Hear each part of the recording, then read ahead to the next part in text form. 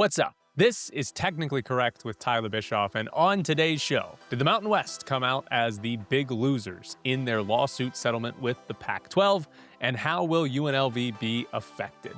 Are they essentially losing even more money? The Mountain West and the Pac-12 are no longer in a lawsuit. So if you forgot or just didn't know, the five schools that are departing the Mountain West, your Boise States and your San Diego States, to go join the Pac-12, they were supposed to pay the Mountain West an exit fee when they left. Sign an agreement, right, with the conference. Pretty much every conference has this with all of their schools. And you have to pay so much money to leave. Also, the Pac-12, when it was just Oregon State and Washington State, signed an agreement with the Mountain West that they would not poach any of the schools from the Mountain West. And if they did, they would pay a poaching fee. The total sum of those exit fees and that poaching fee was around $155 million. It was basically $20 million per school, and then the poaching fee was going to come out to be $55 million. The Pac-12 and the schools leaving the Mountain West basically said, no, we're not paying you. And we ended up in a lawsuit over this. And now the parties have agreed to a settlement. The conferences and the schools that are leaving have agreed to a settlement, which means no more lawsuit. Also means we probably will not find out exactly how much of that $155 million the Mountain West is actually going to get. Maybe somebody leaks it, maybe we get it, or at least an estimation of it through public records once a school like UNLV gets paid, because anything like this is supposed to be public record once they get paid from this money. But even then, it can be kind of confusing, which, by the way, we're going to get into that a little bit later with Washington State and the Pac-12. But ultimately, we probably might not figure out exactly how much money the Mountain West is getting out of this. But because there's a settlement, it's basically guaranteed. It's almost certain to say that the Mountain West is not getting that $155 million, right? And that matters because UNLV stayed in the Mountain West because the Mountain West agreed to pay UNLV a lot of money to stay in the conference, and that money was coming from these Pac-12 fees. So how much the Mountain West actually gets is a big deal for UNLV. Mark Ziegler of the San Diego Union-Tribune reported that the amount will be significantly less than the $155 million. Now, what is significantly less? You could argue $1 million is significantly less. But I would view it as, when I hear the word significant and the original total is 155, when I hear significant, it's at least cut down to $1 million. That, like, if it was $120 million, I don't think anybody would say that that was a significant cut to what the Mountain West was owed. 110, maybe, but to me, like, when somebody says, oh, it's significantly less, it sounds like, oh, they're supposed to get 155, they're actually getting 100 million. Or less than that, right? Significant could be 140 million, and they're only getting 15 of it. So again, that's just me trying to guess based on a word that Mark Ziegler used out in San Diego. But my guess is that it's $100 million or less that the Mountain West is ultimately getting out of this. Now, don't know the actual numbers, but what does this mean for UNLV?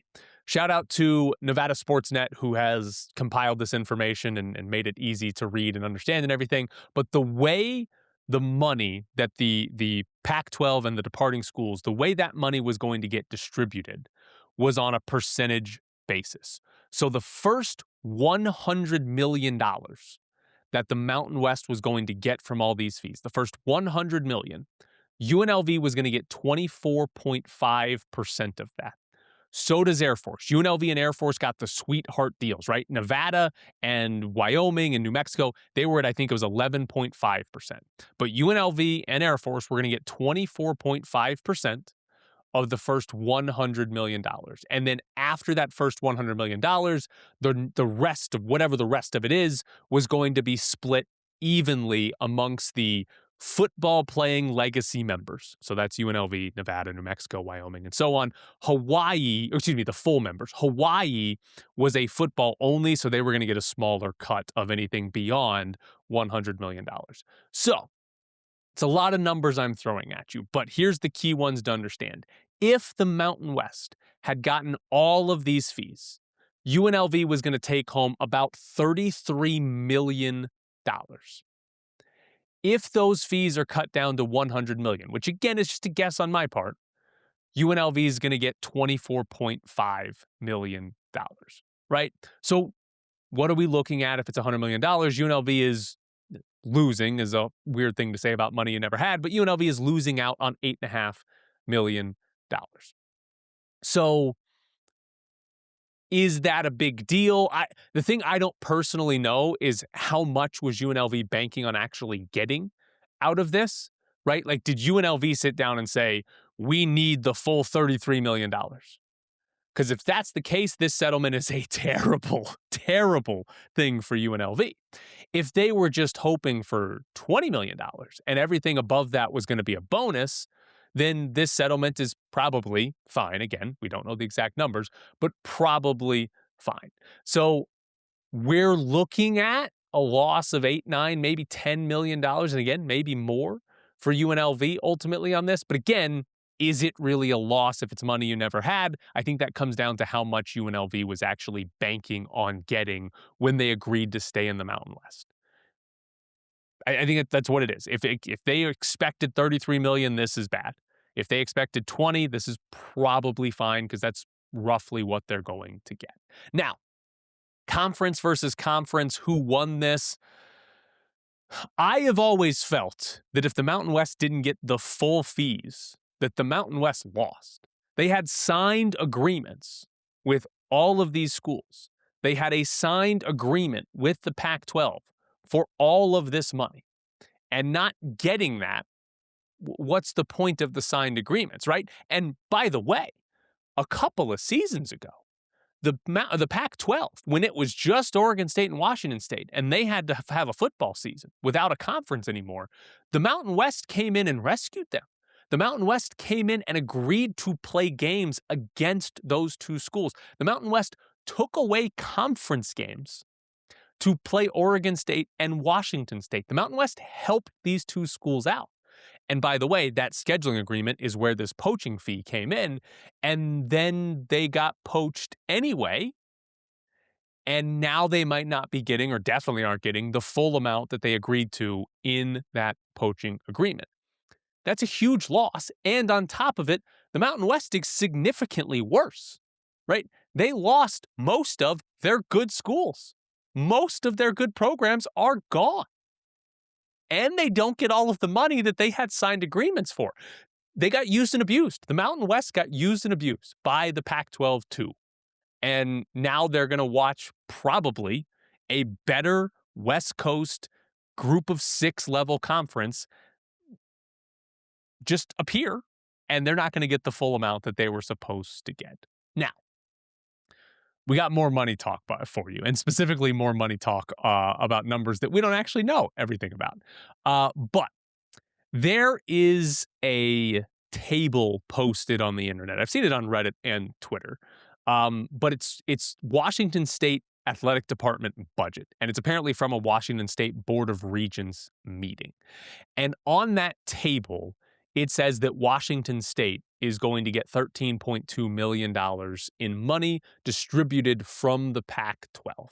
And it's broken down into 2 different columns. One's 11.2 and one's $2 million, but they're vague headers in terms of what that difference is between those two. It's pretty vague in terms of exactly what this money is.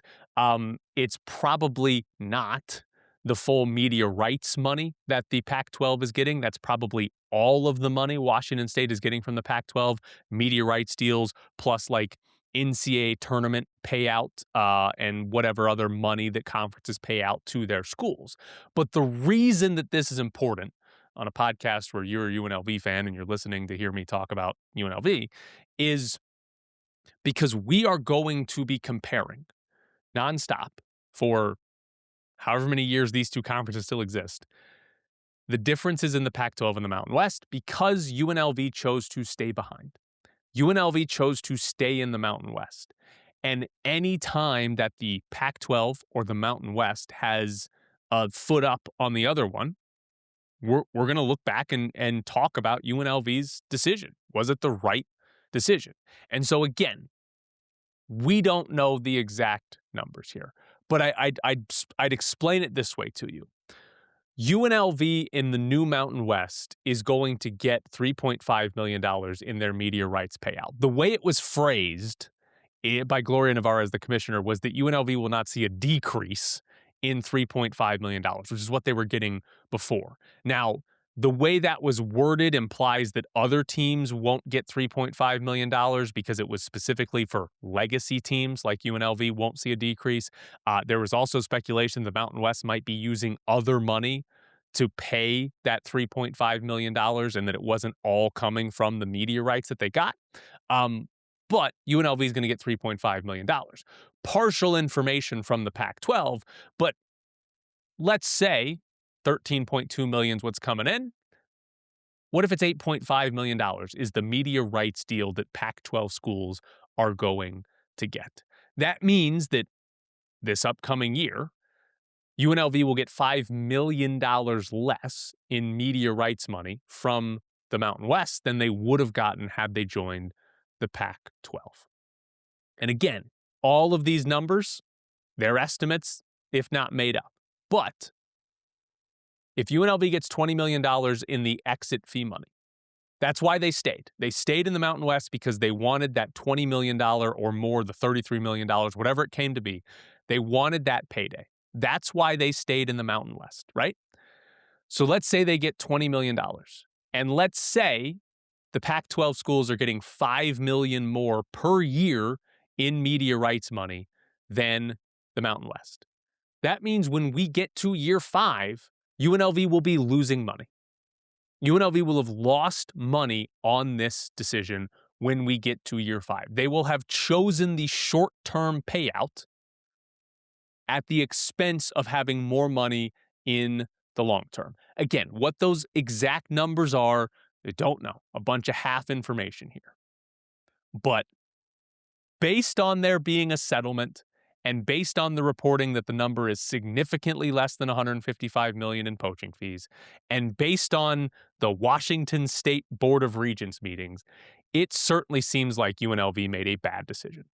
It seemed like if these conferences explode or implode, I guess, in the next 2 to 3 years, then maybe UNLV made the right decision. But if we get 5, 6, 7, 8 years from now, and both of these conferences still exist how they exist now, it's certainly going to be a bad decision for UNLV because the short-term payout is eventually not going to be as much as the long-term payout of the Pac-12's media rights deal. And on top of all of that, you're in a worse conference, right? You're playing worse opponents. So 5, 6 years from now, you're not making as much money as you would have, and you're just in a bad conference. That's a bad decision at the end of the day. Now, conferences blow up or something changes, which happens in college athletics, then that'll change this discussion. The other big part that could change the discussion is the power conference part of this, right? If UNLV gets into the Big 12, that's really the main goal here is if they get into a power conference, then none of this really matters at all, right? We're arguing over like $4 or $5 million when if they get into a power conference, they're gonna all of it's irrelevant. They're gonna be so much more money being in a power conference, in theory, that the rest of it doesn't matter. But I don't think they're getting into a power conference in the near future. And if it is, I think it'll be a very watered down version of a power conference because there was some other big seismic change at the SEC and Big Ten level. So ultimately, getting into a power conference would be awesome and would make all of this pointless. But I don't think that's happening. And if it doesn't happen, it certainly is looking more and more like UNLV just simply made a bad decision to stay in the Mountain West. Because again, why did they stay? They didn't want to have to pay the exit fee, and they wanted to get the big payday from those exit fees. And now that exit fee money is significantly less. Like if we find out that the exit fees are gone, right? If we find out that like, oh, Boise State left the league and instead of paying $20 million, they paid $5 and they're going to get more money every single year in a media rights deal. I mean, that's horrendous. It's a horrendous decision by UNLV if that's the way this actually played out. So what those numbers are, would love to see. I hope I didn't confuse you too much with a lot of numbers on a podcast or me making up some of the numbers, but I feel like those are decent estimations for how this process is played out and is going to continue to play out. And UNLV staying in the Mountain West was probably the wrong choice. Now, I've got one more thing for you on today's show, and it's because UNLV basketball got another player in the transfer portal. Allen Breed is coming to UNLV. According to Evan Maya, he is the 723rd best player in the portal. He is a 6'3" guard, and he's got a pretty extensive / interesting history, right? He has been in college basketball for 6 seasons. He played 3 years at Providence to start his career, played in 88 games, started 30 of those, played 16 and a half minutes, 4 points per game, right? A rotational player basically all 3 years. Did not play his 4th season of college basketball. His 5th year was at McNeese State. He played just 2 games due to a knee injury. So he was at McNeese State, but didn't really have that season. And then last year he played at North Carolina State, played in 21 games. He started 7 of them, averaged 4.5 points, and played 15 minutes a game, right? So that's a lot. 6 seasons, basically, 2 years in there of not playing, 3 different schools. But Allen Breed, you can boil his career numbers down to about 16 minutes per game and about 4 points per game. It's actually 16 and a half and 4.5, right? And he's sort of been the same, if you look at minutes played and points production, he's been the same guy every year that he's actually played the full season. So did UNLV get a guy that they could play 16 minutes a night and get 4 or 5 points out of? Maybe. We'll see.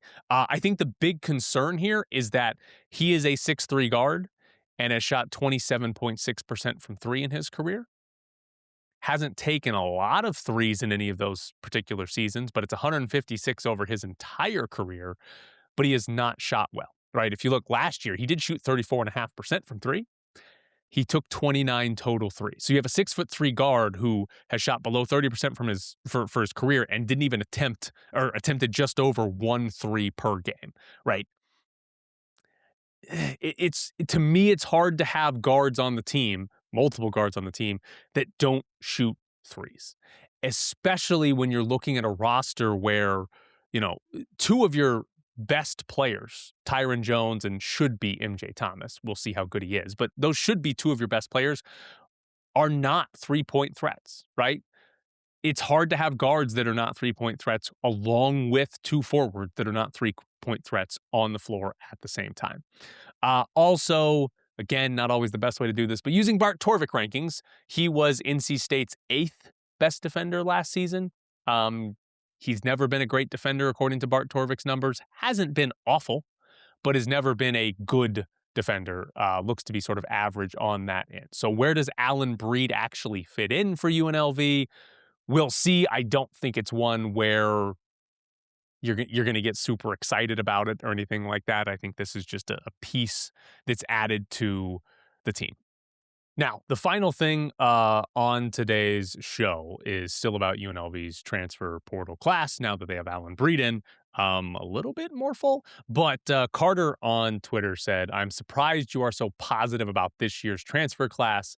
I don't see it." So first off, do you guys think I've been positive about it? I've done a couple of shows now and talked a lot about their transfer class and each of the players. Have I been positive? I haven't been overly negative, maybe, and maybe that's my default. So me not being overly negative means I'm positive. Here's the thing. They are, by Evan Meyer right now, 96. Maybe that's changed in the last day or so, but they're 96. They're right inside the top 100 of transfer portal classes. That is not good enough to go to the NCAA tournament. If that ends up being accurate, obviously UNLV could hit on some players that are better than their ranking, right? Could also be worse. But if they added the 96th best or most talent in the portal, plus Tyron Jones and Isaac Williamson, that's not an NCAA tournament team, right? And so being positive on this, whether you think I am or not, but I think that comes down to is what are you expecting from UNLV in the transfer portal, and like how good do you expect them to be next season? If your expectation is NCAA tournament next year or it's a complete failure, then yeah, this is bad. This is not a good transfer class because you're counting on um, probably 3 or 4 guys to be much better than their transfer portal rankings for UNLV to be an NCAA tournament team. Um, and that's my thoughts on this is that it's not good enough to go to the NCAA tournament. Now, if your expectation is just for UNLV basketball to be a little bit better next season, if your expectation is, hey, can UNLV just pull in some decent players? Then it's probably been a decent transfer portal so far for UNLV. They haven't landed a top 100 player. Again, they did last year in Kamani Hamilton. So maybe it hasn't even been as good as last season.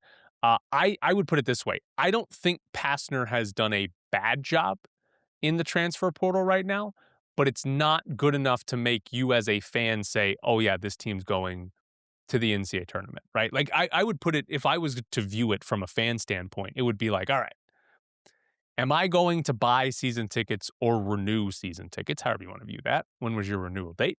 Um, if I was making that decision on how likely the team is to go to the tournament, I wouldn't do it. I don't think they're going. Now, that shouldn't be the only reason you buy tickets. You're a fan, you enjoy going to games, right? Like there's more to it than just if the team is good or not.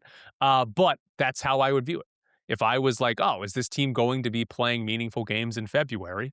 No, I probably wouldn't buy tickets, buy season tickets for it.